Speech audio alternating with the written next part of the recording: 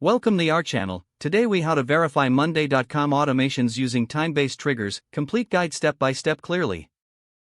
To verify Monday.com automations using time-based triggers, begin by logging into your Monday.com account. Navigate to the board where your automation is set up. Click on the Automations button located at the top right of your screen. In the Automation Center, locate the specific automation you wish to verify. Once found, click on the automation to open its details. Review the automation's conditions to ensure they are set correctly. Next, check the time-based trigger settings. Confirm the timing configuration aligns with your intended schedule. Make note of the specific time zone settings. If necessary, adjust the time zone to match your requirements. Now, return to the main board view. Identify an item that meets the criteria for the automation to trigger. Observe the item and wait for the specified time to elapse. As the time approaches, keep an eye on the clock or set a reminder.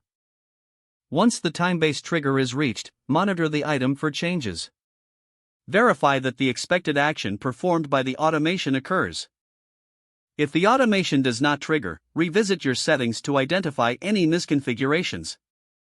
Ensure that all conditions for the automation are met. Check if any other automations might conflict with your time-based trigger.